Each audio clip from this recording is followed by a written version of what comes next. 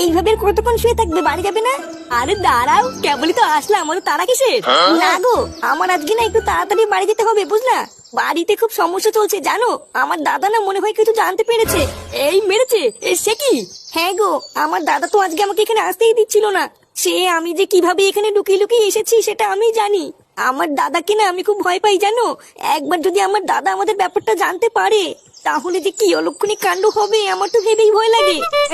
এই শোনা, তোমার এই বালছার দাদাকে না একদম ভয় পাবো না, বুঝলা? লেওরা, আমি হচ্ছি বালছার ক্লাবের মেম্বার, এমন সাথে হুড়কো গুজে দেবো না। না পারবে এদিক যেতে আর না পারবে ওইদিকে যেতে। না গো, তুমি হয়তো আমার দাদাকে চেনো না, তাই ওইরকম বলছো।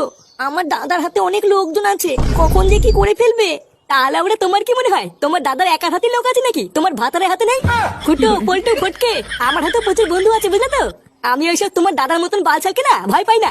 ওইসব ছোটখাটো জিনিস নিয়ে না তুমি একদম ভয় পাবে না, আমি আছি তো নাকি? ও সামান্য একটা জিনিস, আমি একাই সামলে নেবো, তুমিও তো চাপ নেবে না। কি জানি কি যে হবে, আমার মাথায় তো কিছুই ঢোকে না।